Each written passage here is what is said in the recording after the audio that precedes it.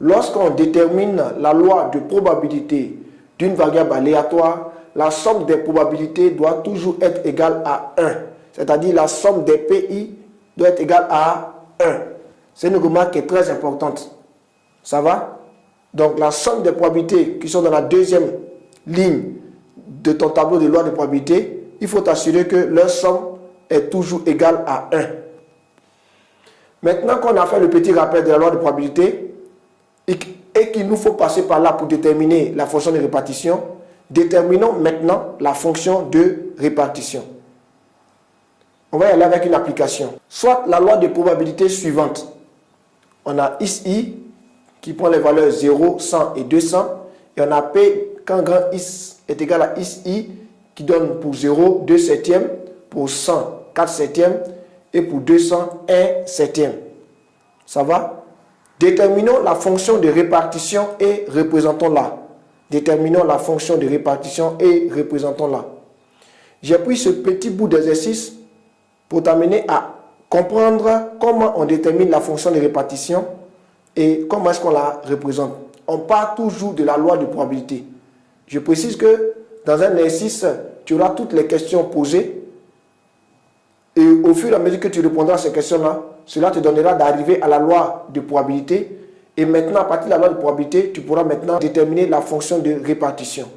Moi, je n'ai juste pris que l'aspect loi de probabilité. C'est-à-dire, à partir de là, simplement, tu peux maintenant déterminer la fonction de répartition. Ici, la définition nous a dit ceci.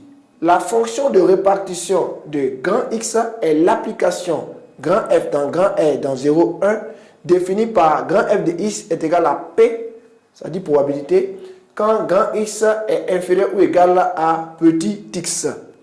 Ça va? Appliquons cela maintenant. Ici, si x appartient à moins l'infini, 0, intervalle ouvert, on aura grand F de x qui sera égal à 0. C'est-à-dire, on tient compte de la première ligne de notre tableau de loi de probabilité. On a commencé par 0. Mais on sait que 0, 100 et 200 sont dans R. Donc, on part de moins l'infini, 0, 100, 200 et plus l'infini. Donc, si on part de moins l'infini, intervalle ouvert, à 0, on a grand F de x qui est égal à 0. Ça va? Ici, 0 est ouvert. Comme 0 est ouvert, ça veut dire qu'on ne tient pas compte de la probabilité de 0. Sinon, tu me dirais que en 0, on a comme probabilité 2 septièmes. Je te dirais oui, mais remarque que ici, 0 est ouvert.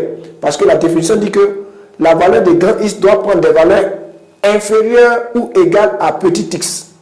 Voilà pourquoi on a f de x ici qui est égal à 0. Parce qu'avant 0, on n'a aucune probabilité, donc on n'a rien.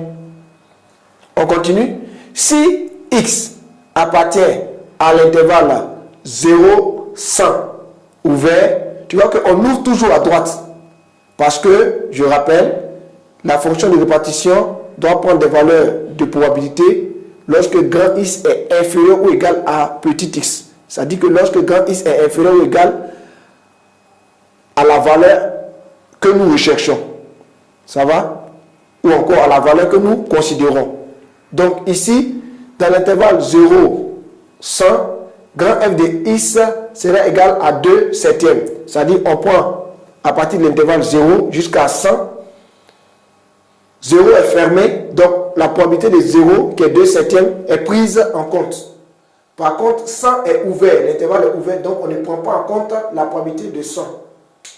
On ne tient compte que de la probabilité de 0 ici. Ça nous donne f de x égale à 2 septièmes, effectivement. On poursuit. Si x est égal à 100, 200, donc tu vas comprendre intervalle après intervalle. Si x est égal à l'intervalle fermé 100, 200, on aura f de x qui sera égal à combien?